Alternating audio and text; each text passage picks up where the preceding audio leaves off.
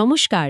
আজ আমরা Larsen and Toubro মানে এলএনটি নিয়ে কথা বলবো। হ্যাঁ, এলএনটি ভারতের পরিকাঠামো, শিল্প সবকিছুর সঙ্গেই তো নামটা জড়িয়ে আছে। একদম। আর আমাদের হাতে একটা বেশ বিস্তৃত বিশ্লেষণ আছে, এলএনটি স্ট্র্যাটেজিক বিজনেস অ্যানালিসিস।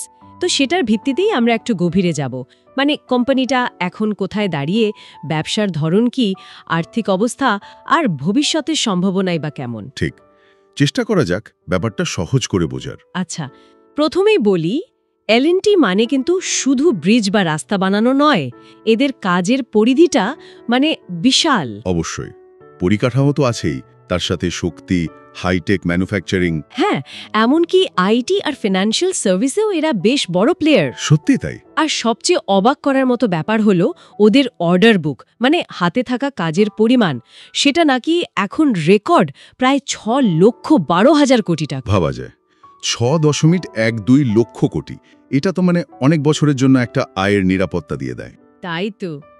আর শুনছি ওরা এখন দেশের বাইরেও খুব মন দিচ্ছে, বিশেষ করে মিডল ইস্টে নাকি বড় বড় প্রজেক্ট টার্গেট করছে। হ্যাঁ, আর এই অর্ডার বুকের গুরুত্বটা কিন্তু শুধু ওই আয়ের স্থিতিশীলতা নয়।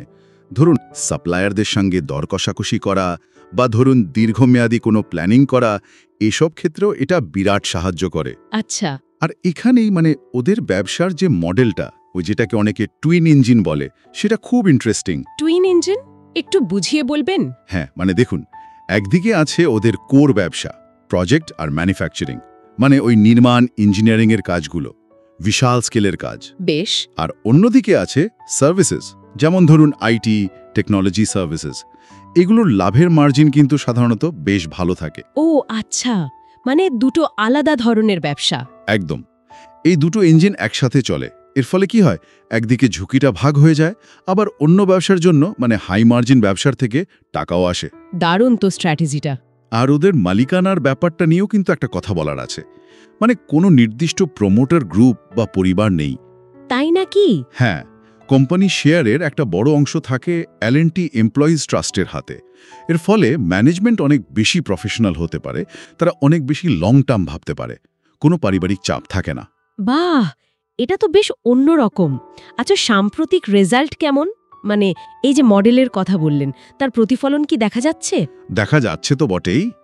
এই অর্থবর্ষ 2026-এর প্রথম কোয়ার্টারে, মানে Q1 FY26-এ ওদের কর পরবর্তী মুনাফা বা পিএটি বেড়েছে প্রায় 30% আগের বছরের একই সময়ের তুলনায়। 30%? বিরাট বৃদ্ধি। হ্যাঁ, আর আয় বেড়েছে 16%। নতুন অর্ডারও পেয়েছে প্রচুর, রেকর্ড পরিমাণ প্রায় 94,453 কোটি টাকা। ওয়াহ! আর এর মধ্যে প্রায় 52% অর্ডারই আন্তর্জাতিক বাজার থেকে। ওই যে বলছিলাম মিডল ইস্টের কথা। হ্যাঁ হ্যাঁ, শোনা যাচ্ছে ওখানে একটা বিশাল হাইড্রোকার্বন প্রজেক্ট পেয়েছে ওরা, মানে যাকে বলে আলট্রা মেগা অর্ডার। 15,000 কোটি টাকারও বেশি নাকি। আলট্রা মেগা, তার মানে সাধারণ মেগা প্রজেক্টের থেকেও বড় মাপের। এটা তো ওদের আন্তর্জাতিক উপস্থিতিকে আরও মজবুত করবে। নিশ্চয়ই। এই সাফল্যগুলোকে কিন্তু একটু বৃহত্তর প্রেক্ষাপটে দেখতে হবে, বুঝলেন? ভারত সরকার এখন পরিকাঠামোয় যে বিপুল জোর দিচ্ছে। হ্যাঁ, ওই ন্যাশনাল ইনফ্রাস্ট্রাকচার পাইপলাইন বা এনআইপির কথা বলছেন তো? একদম, কয়েক লক্ষ কোটি টাকার প্ল্যান। সেখানে এলএনটির ভূমিকা তো খুবই গুরুত্বপূর্ণ, অপরিহার্যই বলা চলে। সেটা ঠিক। আবার ধরুন মেক ইন ইন্ডিয়া উদ্যোগ, সেখানেও বিশেষ করে ডিফেন্স বা প্রতিরক্ষা সরঞ্জাম তৈরিতে এলএনটি কিন্তু একটা বড় নাম। হ্যাঁ, শুনেছি ওরা ডিফেন্স সেক্টরও বেশ কিছু কাজ করছে। করছে তো বটেই, আর শুধু বর্তমানে আটকে নেই ওরা, ভবিষ্যতের দিকেও তাকাচ্ছে, নতুন নতুন ক্ষেত্রে ঢুকছে। যেমন ধরুন গ্রিন এনার্জি। গ্রিন এনার্জি মানে সবুজ শক্তি, বিশেষ করে গ্রিন হাইড্রোজেন প্লান্ট তৈরির দিকে ওরা বেশ ঝুঁকছে। এটা তো ভবিষ্যতের একটা বড় জায়গা হতে চলেছে। বাবা, তার মানে শুধু কনস্ট্রাকশন বা আইটি নয়, একেবারে ফিউচার টেকনোলজির দিকেও নজর। হ্যাঁ, তবে অবশ্যই কিছু ঝুঁকির কথাও মাথায় রাখতে হবে, মানে রিপোর্টেও সেগুলোর উল্লেখ আছে। যেমন? প্রথমত, এত বড় বড় প্রজেক্ট সময় মতো শেষ করাটা একটা বিরাট চ্যালেঞ্জ, একটু এদিক ওদিক হলেই মুশকিল। সে তো বটেই। দ্বিতীয়ত, কাঁচামালের দাম, মানে স্টিল, সিমেন্ট ইত্যাদির দাম যদি খুব ওঠানামা করে, তাহলে লাভের হারে বা মার্জিনে চাপ পড়তে পারে। এটাও একটা বড় ফ্যাক্টর। আর তৃতীয়ত, যেহেতু আন্তর্জাতিক ব্যবসার উপর নির্ভরতা বাড়ছে, তাই বিশ্বের রাজনৈতিক বা অর্থনৈতিক অবস্থা, মানে জিওপলিটিক্যাল রিস্ক, সেটার প্রভাবও তো পড়তে পারে। হ্যাঁ, এই ঝুঁকিগুলো তো অস্বীকার করার উপায় নেই। ব্যবসার অঙ্গ এগুলো। কিন্তু মোটের ওপর যা বোঝা যাচ্ছে, বিশ্লেষকরা কিন্তু বেশ পজিটিভ, তাই না? বেশিরভাগই তাই। অনেকেই তো শেয়ার কেনার পরামর্শ দিচ্ছেন, মানে বাই বা স্ট্রং বাই। আসলে ভারতের পরিকাঠামোর বৃদ্ধি আর কোম্পানির এই যে বিভিন্ন দিকে ব্যবসা ছড়ানো, এই দুটো মিলিয়ে দীর্ঘমেয়াদে ছবিটা বেশ উজ্জ্বলই মনে হচ্ছে। সব মিলিয়ে যদি বলি, এলএনটি একটা অত্যন্ত শক্তিশালী, মানে একটা বহুমাত্রিক সংস্থা।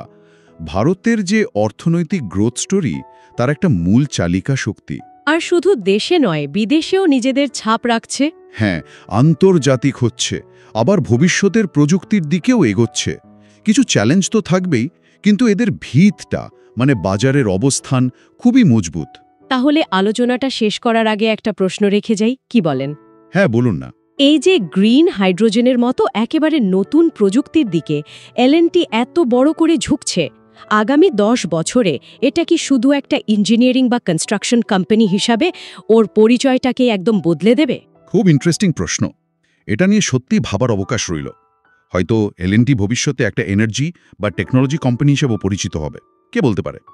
দেখা যাক। আজকের মতো এখানেই শেষ করা যাক। নমস্কার। নমস্কার।